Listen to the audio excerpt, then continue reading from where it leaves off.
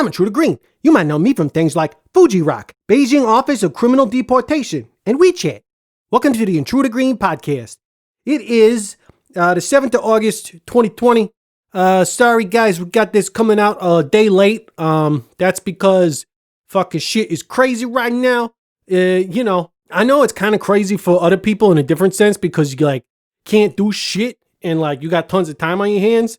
And that's sometimes true for me too, but at the same time, I got like lots of other shit to do. And so that's fucking kind of annoying, but whatever, it's like, I guess it's good to be busy. I guess. I wish I was just busy making this fucking podcast all the time because that'd be a lot cooler. But, if you want to make that possible, get on that Patreon. You can go to patreon.com/intrudergreen and become a producer of the podcast. And speaking of the producers, we got Luke Ellis, Heather Royston, Gem City Sabrina, Vaughn Cotton, Sarah Koenig, Chelsea McNally, Cardboard Box Colony, and Carlos Hernandez. Thanks to all of them. They're making this thing happen. And it could happen even better and more if more people got on board with it. Would appreciate that. But in the meantime, we're doing all we can. I feel like it's important to talk about the issues going on right now. This whole fucking thing that just happened, the big explosion in Beirut, I think it's how it's called. I don't know for sure. Lebanon, whatever. It's weird. Like, I've never been there, never really planned on going there, but, I got some friends who have, their families are from there, or maybe they're from there. So it's real fucking crazy. If you've seen a video, then you know what I'm talking about. It kind of seemed, for good reason, I think a lot of people were like, holy shit, somebody's just set off a nuke. And that would be real fucked up, but it's already fucked up enough, with what actually happened. I know people always want to like, maybe it's a coping mechanism people use to like, make jokes or like kind of try to analyze what happened, or even like to the point where I'm sure there's a fucking million conspiracy theories getting spitted out on the fucking QAnons and shit right now. I think Donald Trump even already fucking came out with some bullshit. It could be, true. Some of it, maybe. A lot of it's probably bullshit, though. And who knows what. But honestly, for me, it's like, I feel like sometimes it's kind of just all right to be real fucking sad about shit. Like, you don't have to just fucking wallow in your own pity and just cry, but like, fuck. You watch that video and you're seeing like, I don't know how it was only like 100 people or so they're saying are dead from it. It looked like that should have been hundreds to thousands of people like wiped out by this thing. So, I guess it could have been worse maybe, but it's just still really sad that this kind of shit happens because of the way modern civilization is. You'd think we'd be doing better. We got a lot of fucking weird shit in this world where it's like we're not even we're fucking wiping ourselves out when we're not even trying, like just accidentally. Not to mention the environmental shit, but like we got wars, we got fucking shit on the environment, and then we got these just accidents to happen, and that's just it's real sad. And I think it's okay to just be sad about it. Of course, you want to like get a call to action going and try to do better. But it's also just good to be sad, I think, sometimes. So if you're feeling that way, I don't think you're wrong. And I think it's kind of actually healthy to do that. So anyway, the other thing I was thinking about is, how like we got this great fucking civilization on it, since we're talking about that, we got like people going to the moon and like maybe Mars and stuff. And we got these giant towers that fucking made out of steel and whatnot. But it's funny to me because we also got like all these, flat earth worshipers and like racists and, like just idiots, Scientologists, stuff, just like really demented people out there. And it kind of reminds me of how like we look back on ancient civilizations that like, I don't know, they had a really good thing going on for a while and they worshiped gods and stuff. Like we kind of look down on them for not being sophisticated. That's the word. as much as we are now today. But then, like, you know, because of their weird religions and stuff. But we got the same shit now. You know, we got weirdos running around. Fucking just religion in general is kind of a weird thing. I mean, I'm not trying to knock it because like a lot of people need it or like think it's cool. And you know, I kind of got mixed feelings about it. For the most part, I'm not really into it. But yeah, and I think it actually in some ways certain religions and the fucking shit they teach you kind of fucking actually fucks shit up. But or at least people get in there and they use it to fuck shit up. Anyway, I'm going off the rails here. Yeah, so anyway, we got all that going on, and then you see these older civilizations. Yeah, that's the word.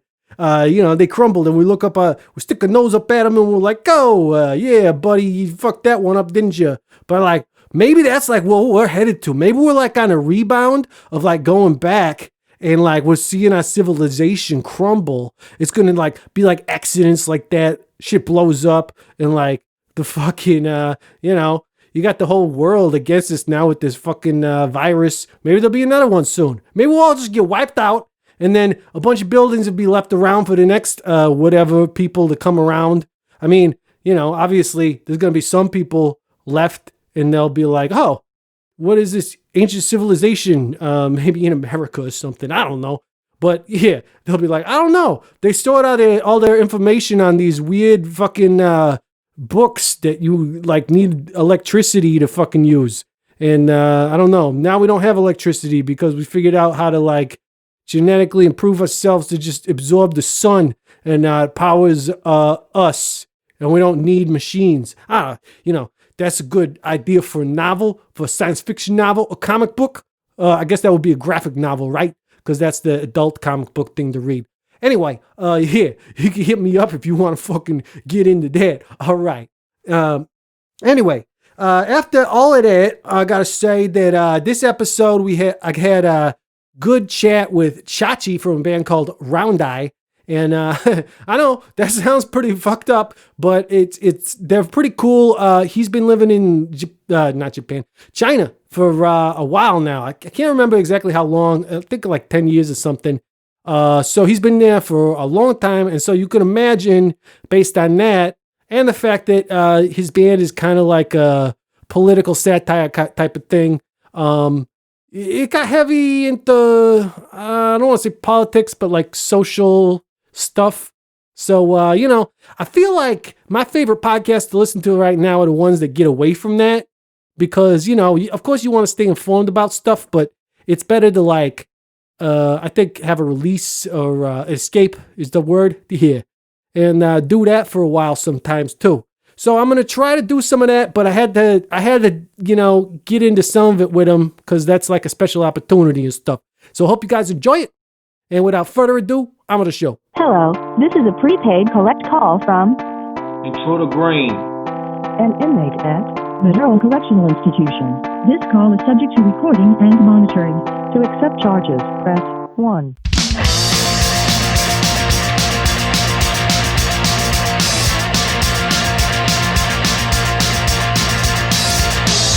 Come on, girl, now it's time to go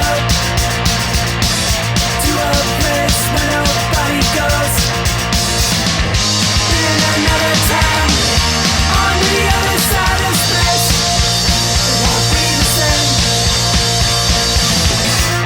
Unlocking girl where party clothes. Unlocking girl where party clothes.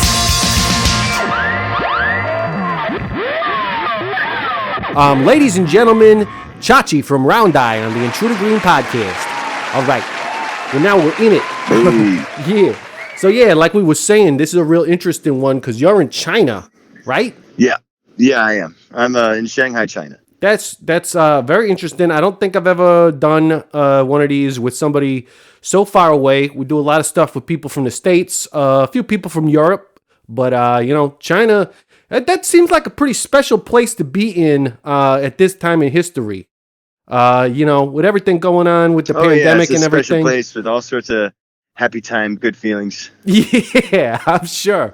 You know, I'm sure everybody's sick of hearing about pandemic talk, but this is kind of like a special opportunity. So I feel like we got to get a little bit into that. But you is the whole band, like I read a little bit about on the press release, and it says like you guys are expatriates. So like are you guys like all Americans who moved there at some point, or what? How did the history work out that way?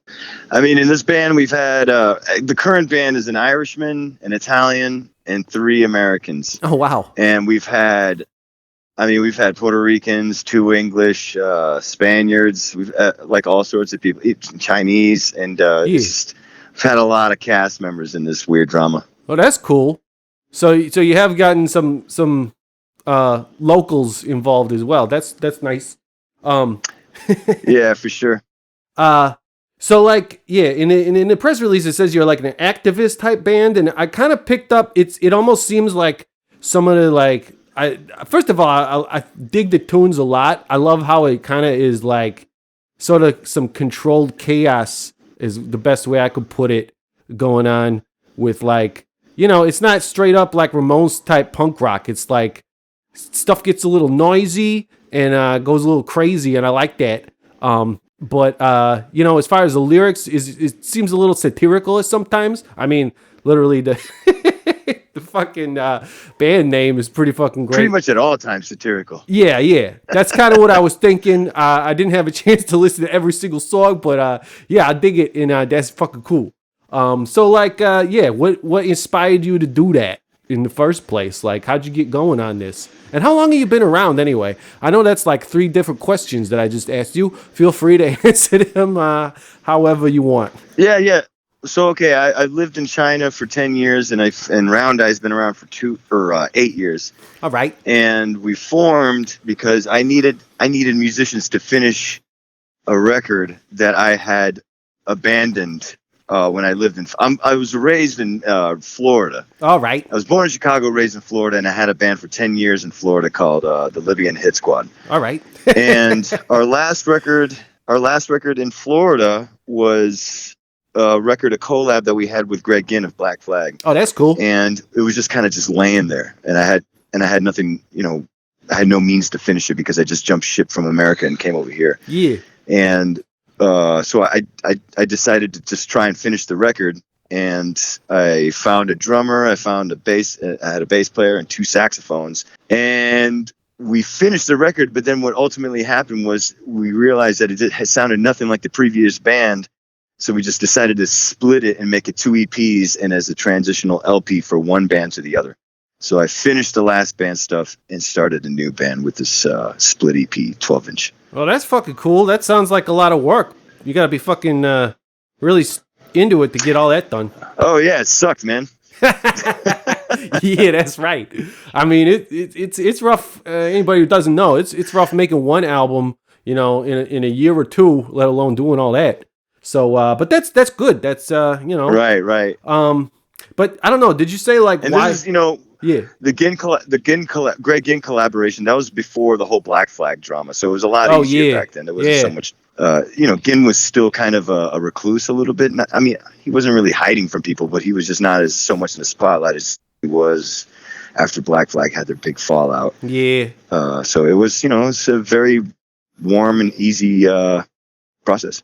That's good. It's good. You want that kind of process to be as warm and easy as possible, because it's still going to be times when it sucks. It's work is what I'm saying. Getting in the studio, doing anything. It's like as much fun as it is, and as much as it's better than pretty much anything else you could be doing. It's like I don't know. People are always like, "Oh, you got to work hard," and I'm like, "Well, not if your job sucks." Like, then fuck working hard. Work hard if you fucking are into it, because exactly, man. Even if you're fucking stoked on what you're doing, it's still gonna be hard work sometimes, but it'll at least be worth it. If you're making an album in a studio and you gotta fucking write songs and shit, it's gonna be hard work, but it's worth it because it's something you actually care about. I don't know. Sometimes, or like crimes, you gotta fucking plan that shit out, and fucking it sucks, but you gotta have a plan of attack and stuff. All right. So I don't know if you did I answer all of those questions with what I just said. I think probably so. I don't know if I even asked, but like what got you to move to China in the first place? It was fairly simple. Like the band I was in previously, the drummer had just passed away, Oh, shit. and he had lived in China from 2007 to 2009. And he told me all about it, you know, and I just kind of put it in the back of my mind saying, yeah, maybe someday in the future. He lived in Beijing and Taiyuan. He told me it was great out here. The music scene was incredible. It's a weird place to live. Yeah. And it's like the Wild West. So I was like, yeah, that sounds great. Wow, really? But I wasn't really seriously considering it. But then the recession happened in the United States, and nobody could find any work. Everything was just completely, no matter what degree, no matter what credentials you had, you couldn't find any work. Not in Central Florida. Oh, and damn. so I decided to jump ship. Broke the band up, broke my relationship up, just did the paperwork that I needed, and just went over to China. I didn't even know how to say hello in Chinese. Yeah, that's definitely diving in head first, right? Oh man. But it's pretty cool because you obviously figured some shit out because you've been there for that much time now, and fucking A, dude. A decade. Yeah, full on decade. That's amazing, and props to you for doing that. Do you find it? You know, I mean, there's a lot of like, I don't know if you want to call it misconceptions or just like, you know, the way Americans probably think about like the way things are in China. And well, you've been there for a decade. Do you ever get back to the States to visit or anything, or you just been hunkered down there doing your thing? My family actually lives in Dominican Republic, so that's where I go to see them. Okay. When I go to the States, we go to tour. Oh yeah. All so right. we do like these long, 2.5 month tours of the U.S. and then come back. That's what we did with the previous record. And, it's usually like 60-day tours of Europe, 60-day tours of America, and then maybe something in Chinese New Year, which is February or March. Oh, yeah. I mean... So, yeah, we make it back to the U.S. Yeah, for sure. So you have an idea probably, maybe you're sick of hearing about it, but like the way Americans have like a weird idea of China because of communism and everything. Like, I don't know. Can you say anything about that? Yeah, sure, like, sure. I've been hearing that true since the beginning. Or if it's bullshit or whatever, maybe somewhere in between. I mean, some of it, that's pretty vague. Like some of it is, let me see an example of it being true. I mean, it's definitely an interesting life to live under a whole tyrannical state of communism. That's for sure. And it is exactly what they say it is. There are, concentration camps in the Xinjiang provinces and stuff like that. But I mean, it's right. Oh yeah. Is there? Give me like a specific question for the stereotypes. What specific stereotype are you hearing? I mean, I think for instance, like the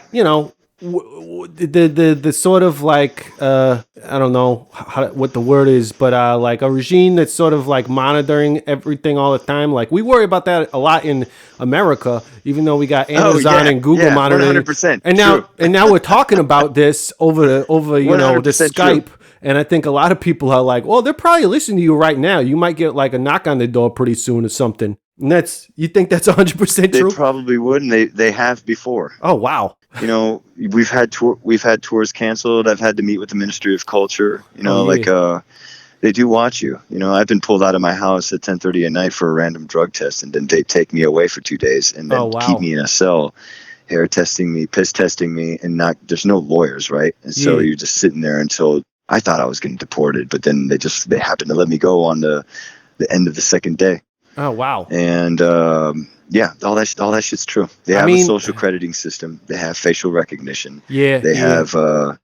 They are listening in on your the social media here is called WeChat, and looking at that, they're watching you. Sorry, what did you say about the social media? I think the connection got weird. The social media here, instead of like Facebook and Twitter, they have their own shit stuff. Is illegal out here, so they have their own equivalent that they can. That they can monitor better. Monitor, right? They have something called WeChat. Oh, all right, okay. Well, that's interesting. And WeChat is what I use, what everybody uses. Yeah, I mean, the thing is, it's like, you got maybe the Chinese government is monitoring that shit. But in the States, it's like, we don't have to worry about that, except, you've got Google and Amazon and, whatever the fuck else, Facebook, monitoring all your shit and making money off of it. So I don't know. I guess nobody's really been like sent to jail that I know of for like stuff they were saying on social media here, unless it was like hate speech or something. But yeah, it's just kind of an interesting concept, like how people, especially in America, are like, oh, those other governments are all oppressive and stuff. And it's like, well, yeah, but here in America, we got all these companies who just get to fucking just, fly high with little regulations and kind of own all your information and everything. For sure. I mean, yeah. Exactly. The States is doing the same thing in more of a corporate level. Well, and the thing is, they're not even in China. It's more, yeah. Well, just I'm not trying to like say one is better than the other by any means. But I guess the thing that weirds me out about the way it is in the States is like, if you got the government, and especially in the States, we supposedly have a democracy there. But you're supposed to be able to hold your representatives accountable and all that stuff. And you can't really do that when it's a private company, because they're like, well, you signed a fucking thing when you started an account on us, so we can do whatever the fuck we want with your information. And it's like, oh yeah, the government can't do shit about it. But then again, I don't know what it's like when you got, a communist regime doing it all. I don't know if you can really hold them accountable, against what they want you to do either. So it's kind of, I don't know. I don't know if one's worse than the other or not. One is definitely this. The reason that this one is so much worse than what's going on in the States is that the States, it's like you said, it's voluntary, but they won't actually put any government backed rounding up of a certain race of people because of theological ideas that are contrary to a government. Yeah, that's here. True. They're actually doing that. They actually, if you believe radically, or if the Uyghur situation is happening. Yeah. And if you do criticize anything, they look for names that like hotkey words in social media. If you mention Xi Jinping, if you mention Hong Kong, if you mention Tibet or India with the border disputes, they will look at this and they will call you directly. Wow. So are you worried about about speaking about that right now? I mean, we are, but with the last album. The last album was totally focused on the American problem. The election was just happening. It was 2016-17, and Donald Trump had just gotten elected in office, and we were just we had to say something, and we felt we had to say something. Now this is where we live. This is our life, my life for the past 10 years, and to sit by and watch all of this insanity happen around me and watch it affecting how the economy and how people making our American government, politicians are making their choices for a nation with worry of what's being fed to them by the Chinese government and the Chinese kuai, the renminbi, the dollar, right? Yeah.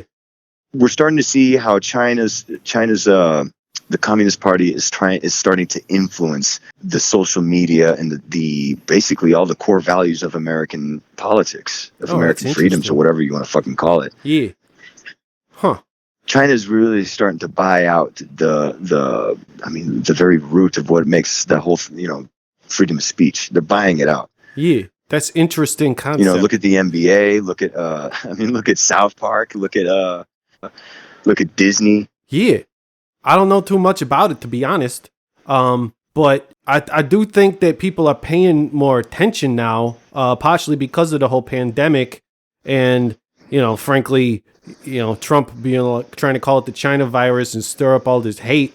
And, it's if anything, I think he is. And, the thing is, I think it's a lot of political posturing on Trump's part, because I definitely know that the United States government, the Chinese government most people know that there's, who knows what they're doing behind the curtains, right? But money is being transacted, and they're not going to do anything drastic because we're such a symbiotic relationship between China and the United States in terms of money. Yeah, that's right.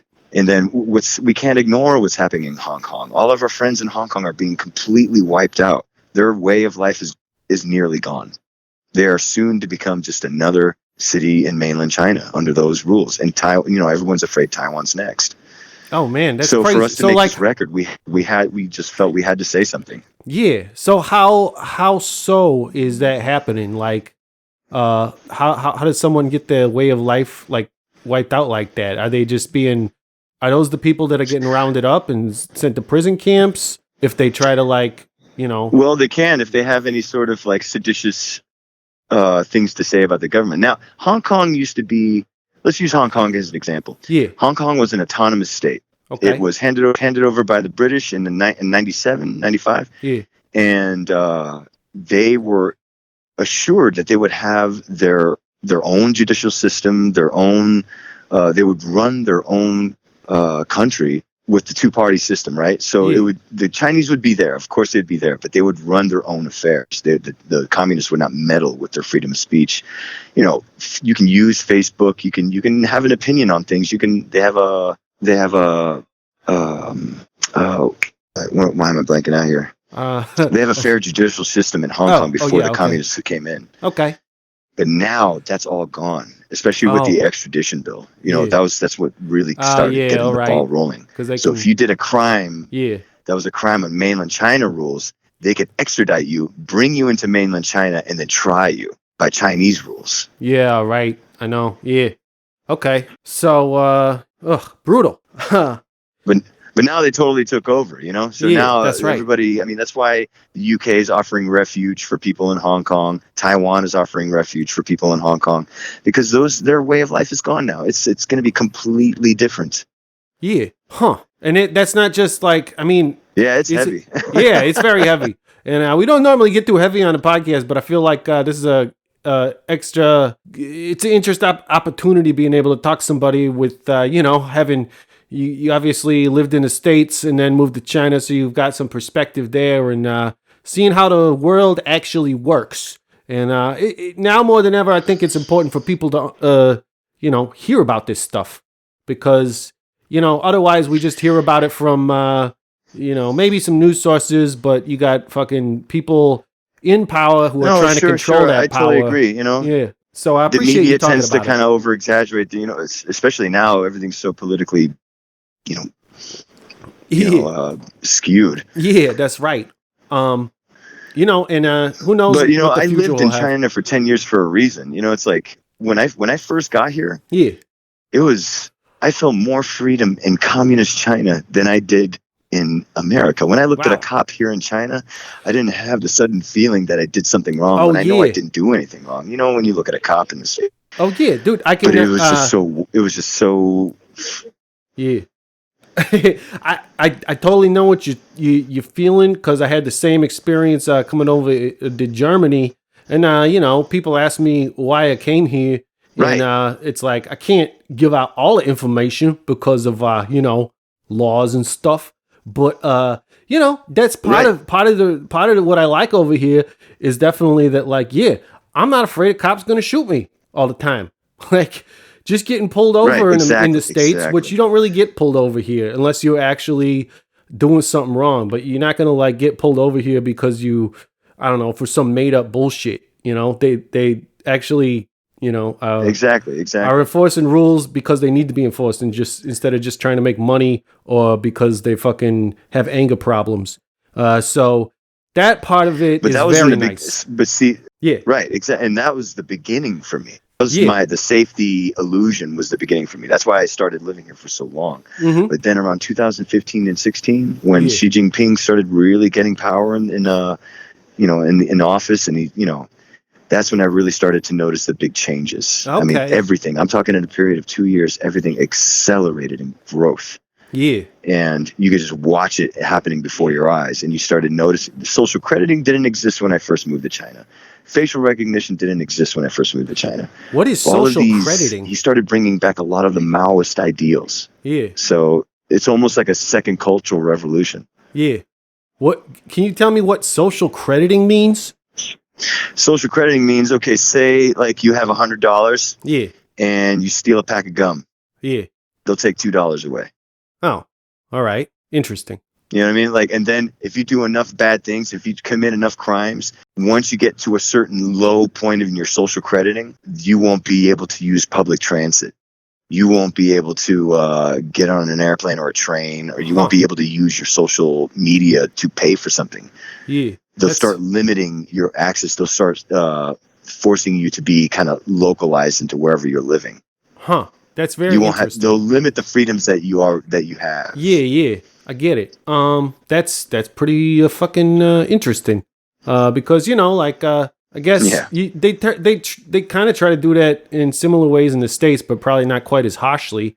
Where like if you're a felon in most states, you can't vote or you can't do this and that. And Right. You can't vote. Yeah. Yeah. Exactly.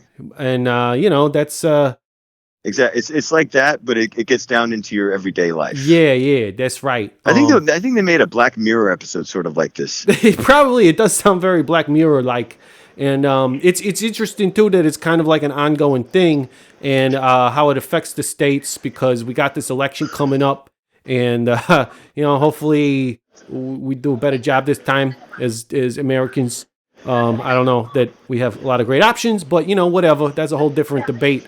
And how, but like I was saying before, this pandemic thing kind of like, I feel like it kind of brings the world together and that we're all paying more attention to each other and like how everybody is, Yeah, sort I can of, see that. the good or bad jobs people have done with this because like, my band got fucking, a whole year canceled basically, as far as touring goes. We had some shit set up, and that's basically goes for like everybody. I'm guessing you guys aren't going to be able to tour this year. I don't know though, because like China's doing pretty good as far as Not anywhere squashing this outside of shit. China. Yeah, but are you able to tour in China? Yeah, Well, that's cool. yeah, we are. Okay.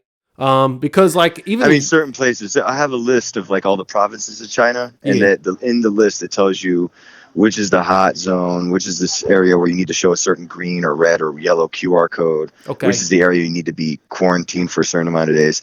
But the dates that we're hitting, they're all pretty safe. Yeah, okay. Because like even in Europe, I think pretty much everything's canceled through the end of the year. So yeah, I don't know. Yeah, for sure. Yeah. We were supposed to do a Europe. We're supposed to be in Europe right now. Oh shit. Yeah. I mean, we were supposed to be in the States in May, and then we were supposed to be in the States this month, and yeah, none of that's happening. So, I'm just hoping I can Yeah, get it's back all to the fucked. States eventually, because A, I would like to see my band members again, and B, it would be cool to actually do a tour again. And obviously our main base For is in sure. the United States. But I don't know. How often do bands come over to China? Because I feel like I've heard about some bands coming over there, but it doesn't happen nearly as much as say like, obviously Europe and Japan and Australia. Is China a hard one for like American bands to get into? Or is it more just like, I mean, yeah. Okay, so we have brought probably about a dozen, maybe a little more of bands over here to tour mainland China. Oh, that's cool. I mean, I'm talking like Mike Watt, MDC, the Descendants, Oh, cool. Flesh Tones, Paul Collins, Moto, quite a few people, right? Moto, the Dickies. Yeah. And in order to do that, you have the problem is that it's not as easy as going to Japan or anywhere in Europe or Australia. Right. There's a lot of paperwork. Oh, yeah. You have to submit your lyrics. You have to submit. They have to do their homework because it's not just the country you got to go through. It's the Ministry of Culture, Right. So they got to deem that your content is harmonious with the Chinese ideals, right? The Yeah. communist ideal. Yeah. So what I would do is, for instance, when we brought Millions of Dead Cops over here, obviously a band called Millions of Dead Cops is not going to fly in fucking China. Yeah. So I changed the name. Okay. I changed the name because they always go by acronym, right? MDC. So I Yeah. changed it to Millions of Delicious Candies, and that's how it is on the official form. Wow. And that's what let them in. Nice. That's amazing. And That's everything's wonderful. cool. I changed all of their lyrics, and and everything's cool because they can't understand them screaming anyway. So they came in, and it was fine. They did a 10-day tour, no problem. Nice. Yeah, that's great.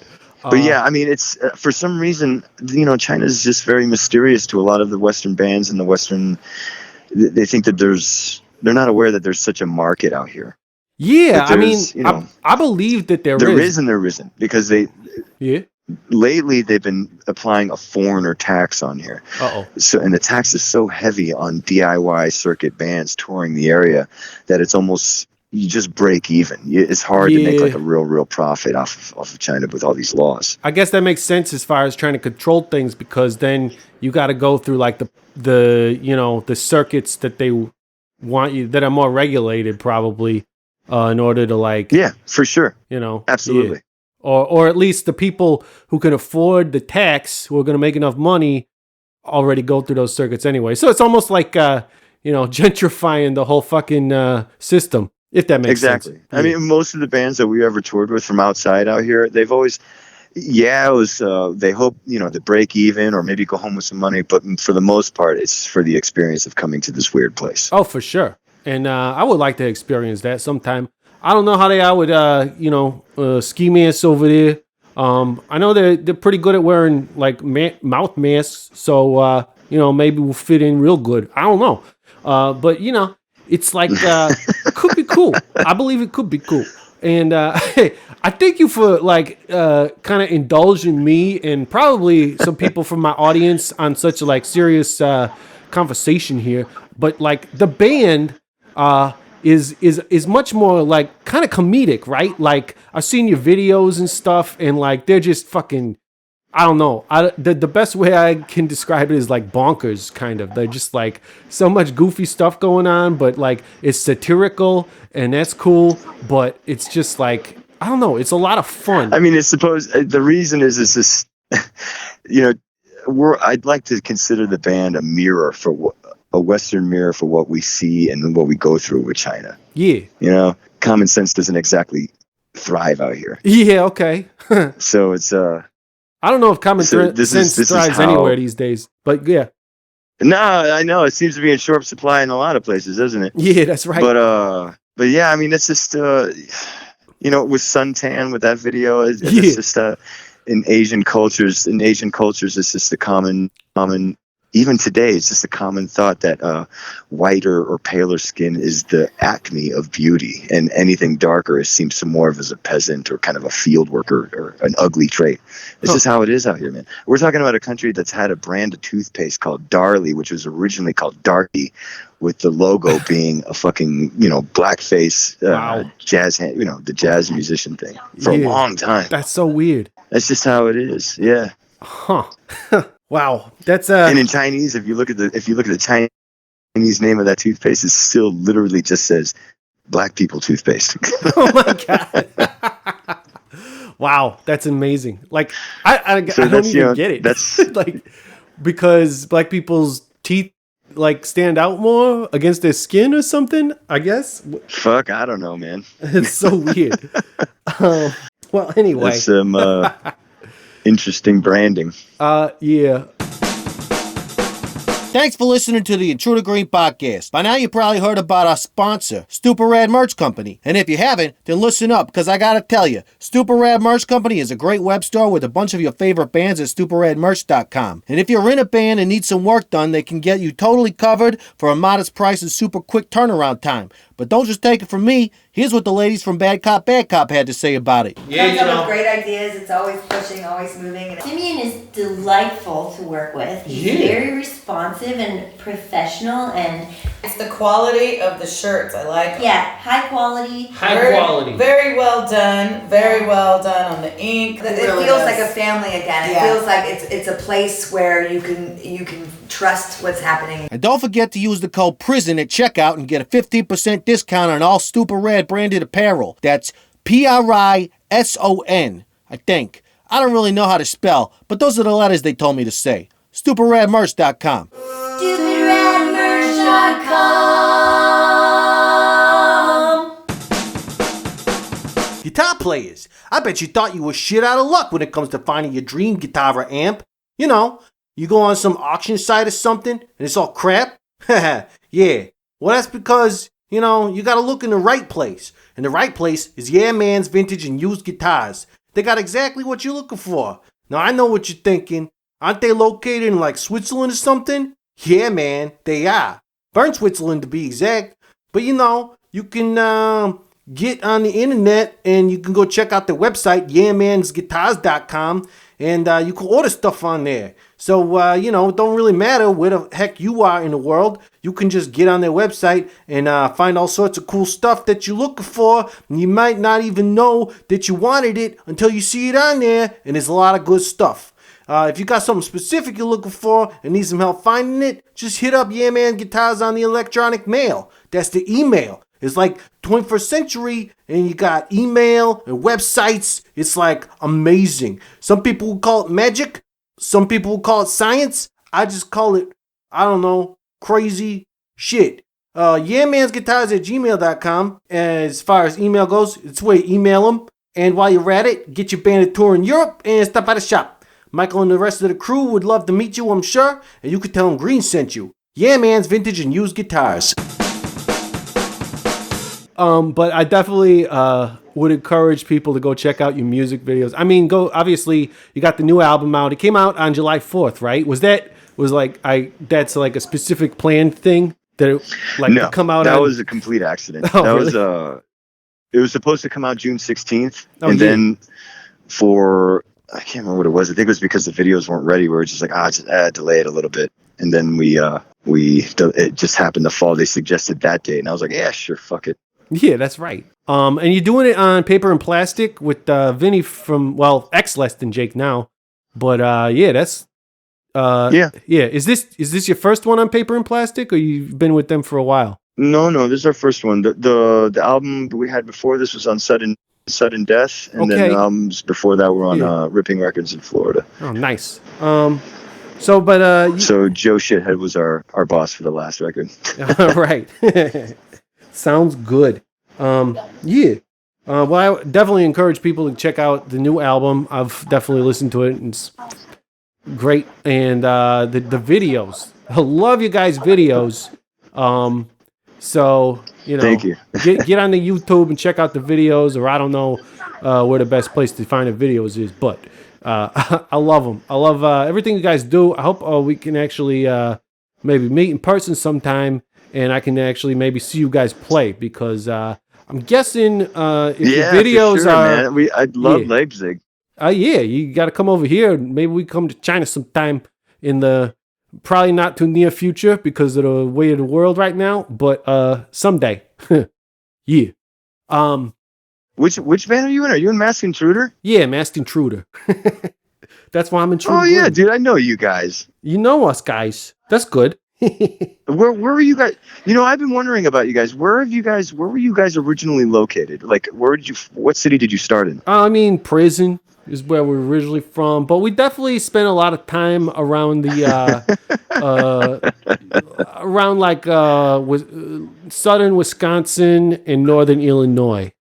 So like between like Madison, Wisconsin and Chicago is kind of like our main whereabouts. I don't want to get too specific because sometimes we got to hide out and we don't want to no worries, man. We don't want the cops coming to the... You don't want to alert the authorities. Yeah, coming to our shack in the park or whatever. Yeah. Yeah, let's do it, man. Let's get you guys over to the big prison of the world. Let's show you what real tyranny looks like. All right. I'm very interested to see that, and maybe we can make some people laugh.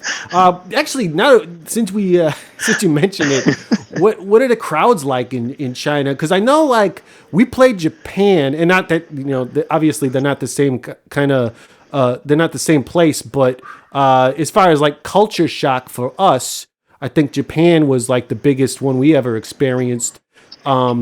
And a lot of people said, I was just having a conversation with somebody about this. Yeah. Like Japan, I'm sure with culture shock, of course, it's going to happen with Japan just because, it is different than the West, right? I mean, they're using chopsticks, for Christ's sake. However, I think that Japan and the United States have kind of had an equal growth in terms of the origins of rock and roll to where we are today. Oh, yeah. Because, after in the 70s, they have their 70s punk band, and they were all super influenced by Americana and all that stuff. Yeah. China didn't open up to the West until like the mid 80s. Wow. I mean, the first foreign band to ever have a large scale concert in China was Wham, in like 1988. So Wham was their introduction to what the hell was going on the other side of the world. George Michael's Wham. Yeah.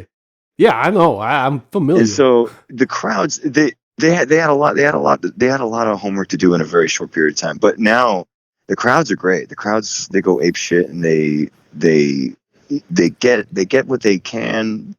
Like in the 90s, they were trading tapes on the underground. In the early millennia, they were doing the same thing. Obviously not online, but unless you had a proxy server. Yeah. But still with CDs, right? Sure. Just trading. And then bands would form out of that. Like the oldest band that I can think of in the punk genre that's still going today is called SMZB. And they've been around for about 25 years. And they're a Chinese political punk band. Oh, that wow. is super criticizing of the government, But they get away with it. Blacklisted on, many Yeah. many times. Huh. So they're not totally getting away with it, but they're not locked here. up. No, they know what's going on. The big genres in terms of punk out here, like the big ones, the ones that are like, filling 3,000, 4,000 seaters are like post-punk. Oh, yeah. Like It's Gang more of like- Four, Joy Division kind of thing. All right. So it's more like But in terms of like poetic. dirty ass rock and roll punk, Yeah. Yeah, I know what you mean. yeah. Yeah, all But in right. terms of dirty ass punk rock and roll shit, I mean, you can fill these, 300, 400, 500 people clubs and they go ape shit. Beijing definitely does. Wuhan definitely does, especially nowadays, now that things are slowing down for them. Yeah. Huh. Well, that's great. And, people going ape shit is what you want at a punk rock show. But you're just going to have to come out here and see for yourself, man. I would love to. I want it to happen, Like, it sounds amazing. I love, that's been the best thing about being in a punk band, and I'm sure you might agree, is just being able to see the world. Yeah, 100% agree. Fucking meet 100%. interesting people, yeah. And experience different cultures. Like, it's cool if you like have a job and they're like, you made a bunch of money, now you can go on vacation this year, and you're like, cool, I'm gonna go to like No, absolutely. Disneyland Paris or something. And it's like, oh, I got to experience that. Right, exactly. But you go on tour and you're like, Exactly. oh, I'm on vacation for 2 months and I'm actually like meeting real people and like seeing how people live here for real. Anyway, go on. Exactly.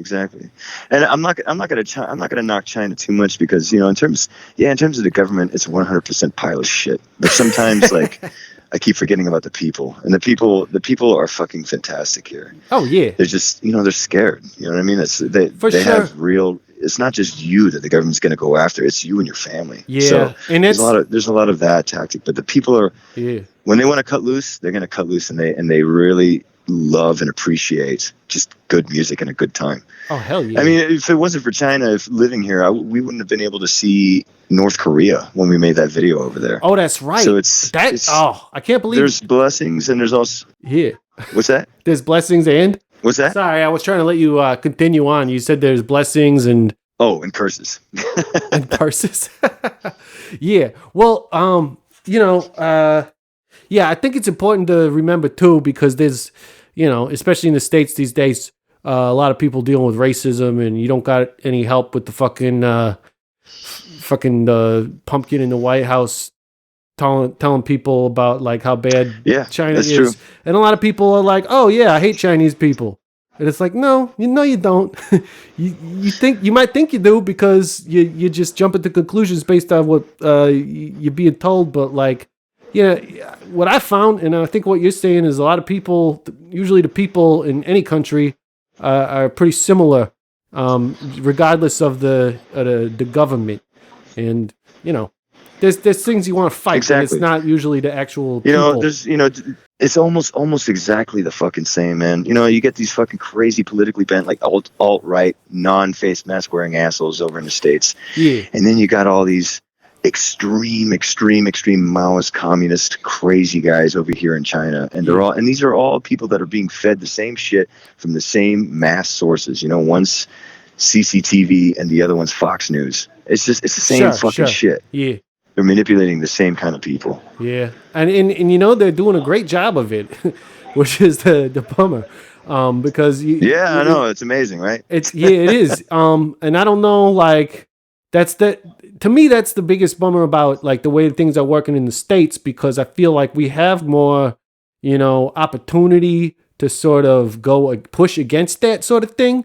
There's more free press probably and everything like that. But you got a lot of dummies who are just like, no, fuck that. I want, to not have to, think too hard about things. So they go along with the sort of, I don't know, the regime that tells them that they're right for acting like idiots. Anyway, it just keeps people divided, and that's what they want. So there's a lot of things that are shit with the U.S. government, but you gotta really, really, really cherish the fact that if you wanted to, you could tell publicly 200,000, a million people to tell Trump to fuck off. Yeah, that's right. That is something that is just not here at all. I mean, not here at all. Yeah, I believe it to be true.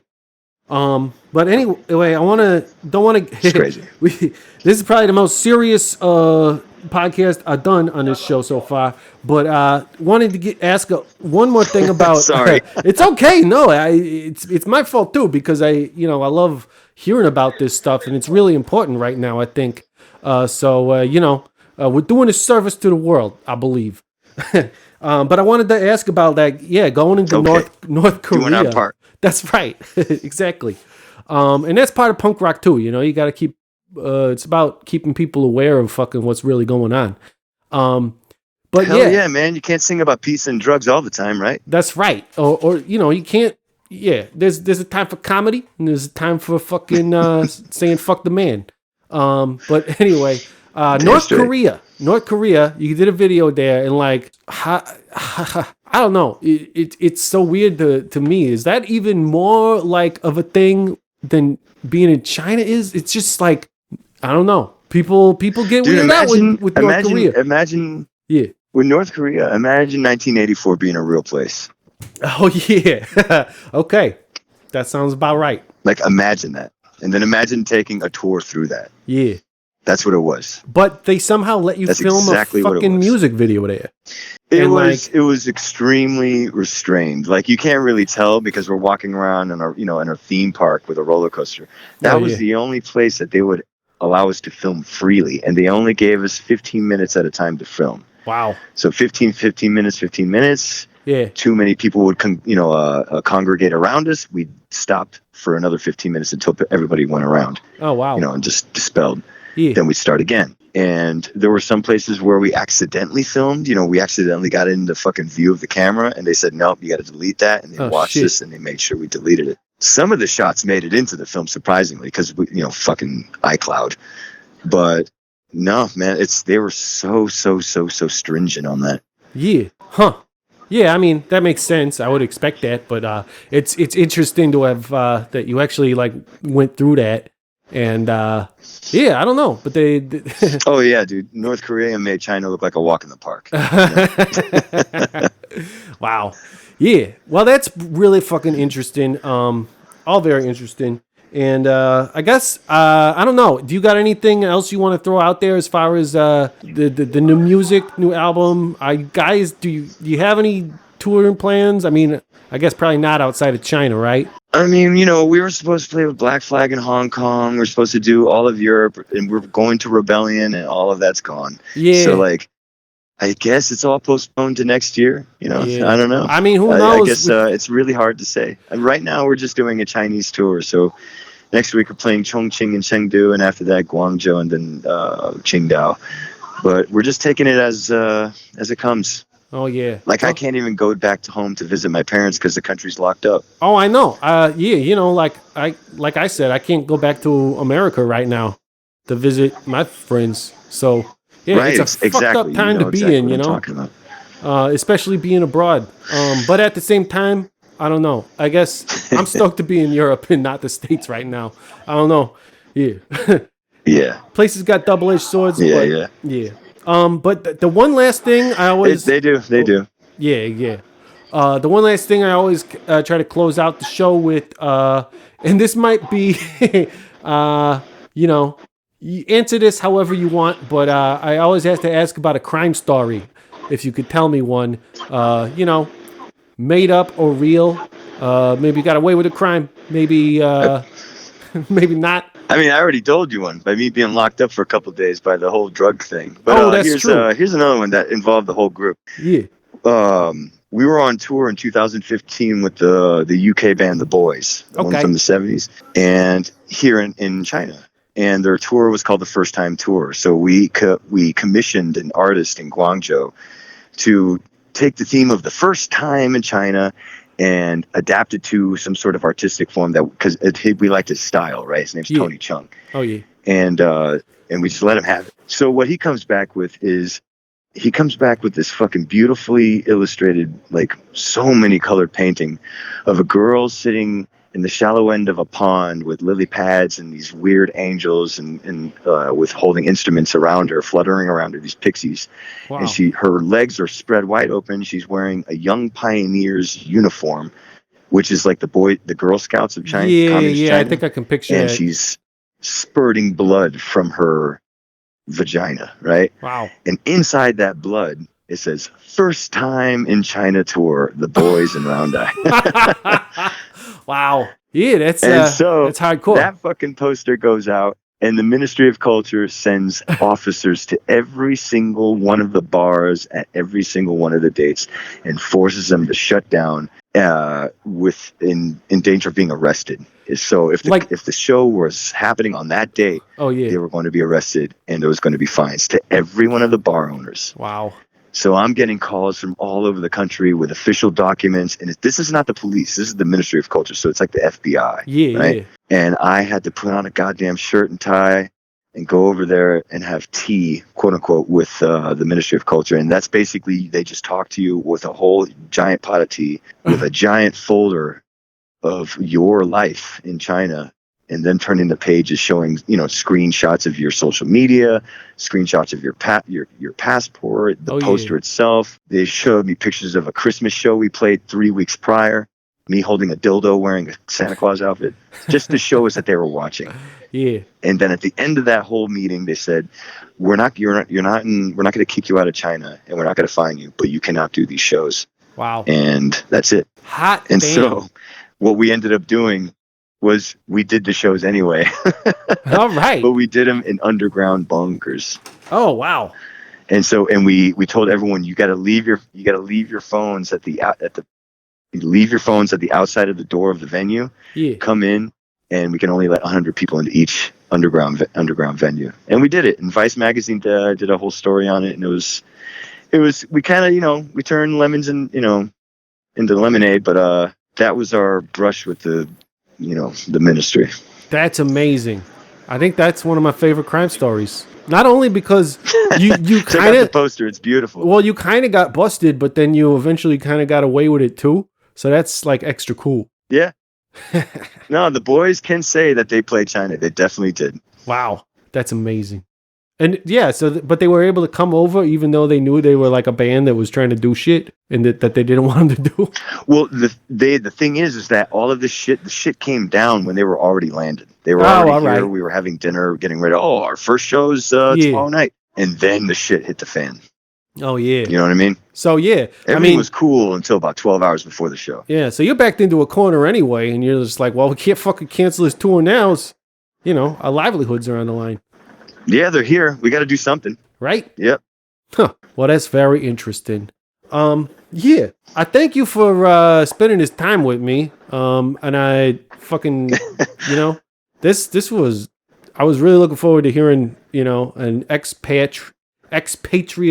I don't know if I agree with the whole expatriate term, because it's like, it's not that I'm not a patriot. I still want America to do really well. Oh no, exactly. I never liked that term either. I still am an American. You know what I mean? But I just don't live there. Yeah, exactly. So anyway, a fellow, world traveler. It's great to hear your perspective about things, and I love Round Eye. That name is so funny to say. It's like only certain people get to make that joke, but I love the tunes, and I appreciate all of this knowledge you've been able to share with me today. Thank you so much, man, and thank you for sharing your time with me too. Hell yeah. And I really, really hope when all this shit clears up that Masked Intruder would love to come to China. We 'Cause would I would love love to to come show to you guys China. around. Hell yeah. And I hope we can make that happen. Let's stay in touch. Okay. All right, man. I will speak to you soon. All right, man. Take care of yourself. Zaijian. You too. And that's it for the Intruder Green podcast. I want to thank Chachy again for being on it. You can hit me up on Twitter, Facebook, and Instagram, all at Intruder Green. The Intruder Green calling line is +1 608 535 9608. Patreon.com/Intruder Green if you want to become a producer of the podcast. The Intruder Green podcast is produced by Colin Bennett. Hair and makeup by Genevieve Smith. Set design by Dylan Raymer. Catering, Matthew Hendershot. Lighting, Squeak Lights, Rahway, New Jersey. Our theme song is Particles by Type Bros. Showing off is the fool's idea of glory. Where are you from, man? Where's that accent I'm hearing from? Oh, prison. Sounds like Northeast United States. Yeah, a little bit here, a little bit there, but mostly prison. Yeah. From where? Prison. You know, you do Prison? crimes. You do crimes, and sometimes you get away with them, but then sometimes you get caught, and you got to go to prison. Yeah. Prison. I thought you said Jersey. I was like, yeah, all right. That probably makes sense. Well, that'll work too, I suppose. They got prisons there. They got the Jersey Shore down there. I love the fucking boardwalk. They got the Jersey Shore for sure. Yeah.